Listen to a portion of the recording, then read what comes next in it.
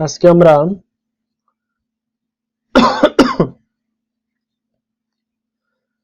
আমরা Microsoft word ডকুমেন্টের insert ট্যাবের আন্ডারে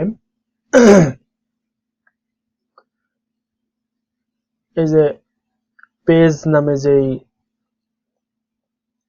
কমান্ড কলামটা আছে এটার কাজ আমরা দেখব। এখানে আমরা যা যা শিখবো বা দেখবো আজকে সেটা হচ্ছে cover page, blank page, page break, এই সমস্ত অপশন দেখব।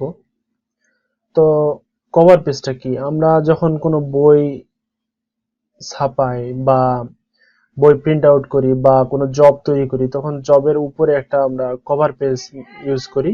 তো ওই কভার পেজটাই হচ্ছে এটা হচ্ছে শর্টকাট অপশন। অর্থাৎ এখান থেকে মাইক্রোসফট ওয়ার্ড ডকুমেন্ট রেডিমেড কিছু ছক তৈরি করে রাখছে বা কভার পেজ তৈরি করে রাখছে, এখান থেকে আমরা চাইলে নিতে পারবো।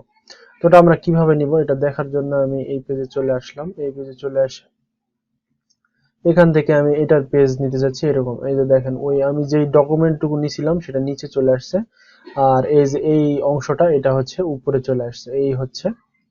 এটা হচ্ছে কভার পেজ। এখন আমি এখানে টাইটেলটা লিখতে পারবো। আমি এখানে একটা শেপ দেওয়া আছে, এই শেপে ডিজাইন করতে পারবো, এখানে লিখতে পারবো। এখানে আমি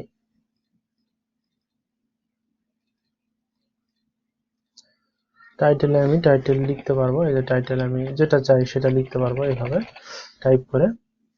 তো এই হচ্ছে বিষয়। আর এখানে এখানে আমি আমার কোম্পানির নাম লিখতে পারবো, অথবা অথর, এই যে অথরের নাম দিয়ে দিছে, অথরের নাম লিখতে পারবো। কোম্পানির নেম আমি এখানে লিখতে পারবো, কোম্পানি অ্যাড্রেস লিখতে পারবো। এখানে কোম্পানি কি লিখতে চাচ্ছি, কোম্পানির একটা অ্যাড্রেসটা আমি এখানে দিয়ে দিলাম। অ্যাড্রেসটা এখানে আমি এভাবে দিয়ে দিতে পারবো।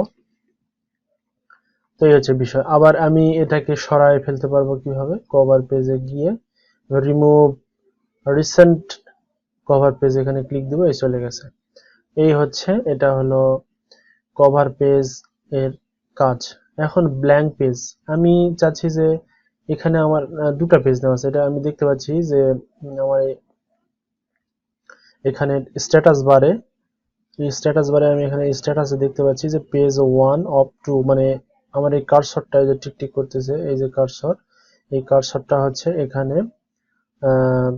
পেজ 2 পেজের মধ্যে ফার্স্ট পেজে আছে। আচ্ছা, তো আমি চাচ্ছি যে দুটা পেজ আছে, আমি আরো পেজ নিতে চাচ্ছি। এখানে ব্ল্যাঙ্ক ডকুমেন্ট নিতে চাচ্ছি, তাহলে ব্ল্যাঙ্ক পেজে ক্লিক দিলাম। তো ফার্স্ট পেজটা ব্ল্যাঙ্ক হয়ে গেল।